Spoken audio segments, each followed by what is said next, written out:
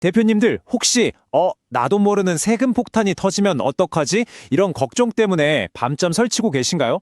요즘 정부가 아주 칼을 빼들었죠. 바로 이 가짜 3.3% 프리랜서 집중 단속 때문인데요.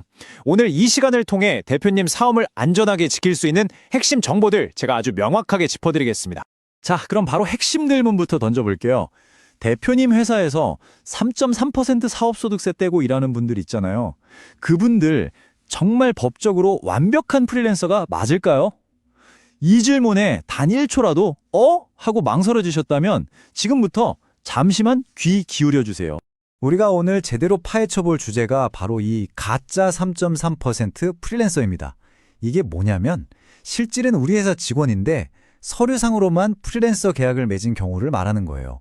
당장 4대 보험료나 퇴직금이 좀 아깝다는 생각에 했던 선택이 이제는 사업 전체를 뒤흔들 수 있는 거대한 부메랑이 돼서 돌아오고 있는 거죠.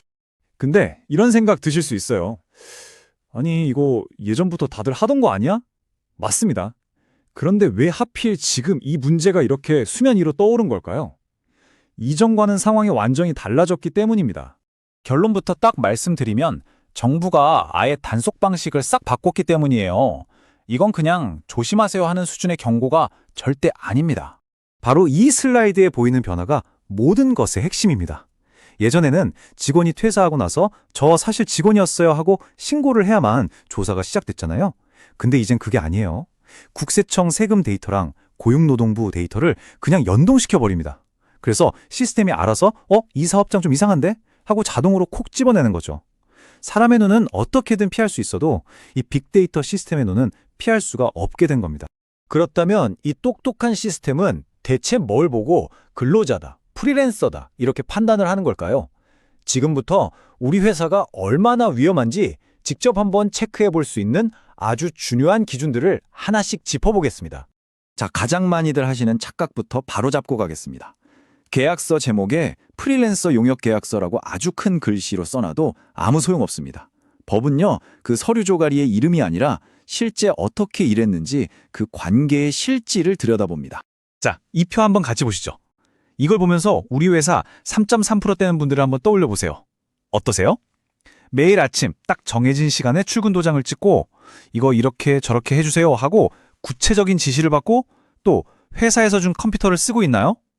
만약 하나라도 해당된다면 이건 근로자일 가능성이 정말 높은 겁니다.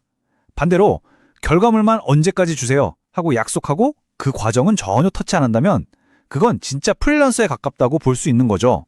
결국 이 모든 복잡한 기준들을 딱 한 단어로 요약하면 바로 통제입니다. 회사가 그 사람을 얼마나 통제하는가. 이걸 좀 어려운 법률 용어로 실질적인 사용 종속 관계라고 부르는 거고요. 간단히 말해서 회사가 그 사람의 일하는 방식, 시간, 장소를 얼마나 구체적으로 지시하고 관리하느냐, 이게 전부라고 보시면 됩니다. 정말 만약에 우리 회사 프리랜서가 근로자로 판정받게 되면 과연 어떤 일이 벌어질까요? 이건 그냥 벌금 좀 내면 되지 하는 수준이 아닙니다. 말 그대로 사업의 존폐를 위협할 수 있는 연쇄적인 비용 폭탄이 터지게 됩니다. 리스크는 크게 4가지 폭탄으로 터집니다. 첫째, 최대 3년치 4대 보험료를 한꺼번에 내야 하고요. 둘째, 생각지도 못했던 거액의 퇴직금을 지급해야 합니다. 셋째, 여기에 각종 과태료 폭탄이 더해지고요. 그리고 마지막으로 대표님의 형사처벌까지 받을 수 있다는 겁니다. 자, 이제 하나씩 얼마나 무서운지 자세히 뜯어보겠습니다. 첫 번째 폭탄, 바로 4대 보험료입니다. 이게 왜 무섭냐면요. 최대 3년치를 한꺼번에 내야 하는 것도 문제지만 진짜 억울한 건 따로 있어요. 이미 퇴사해서 연락도 안 되는 그 직원의 목, 그러니까 근로자 부담분까지 회사가 전부 다 떠안게 되는 경우가 대부분이라는 겁니다. 두 번째 폭탄은 더 무섭습니다. 퇴직금. 아니, 나는 매달 꼬박꼬박 돈 다 줬는데 무슨 퇴직금이냐? 이렇게 항변해도 소용없어요. 법원은 그동안 준 돈은 그냥 용역비로 보고요. 근로자로 인정되는 순간 법에서 정한 퇴직금은 완전히 별개로 추가로 지급해야 한다고 봅니다. 돈이 말 그대로 이중으로 나가는 거죠.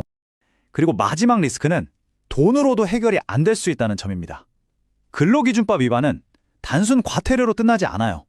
대표님 개인에게 형사처벌이라는, 즉 전과가 남을 수 있는 아주 심각한 문제라는 걸 절대로 잊으시면 안 됩니다.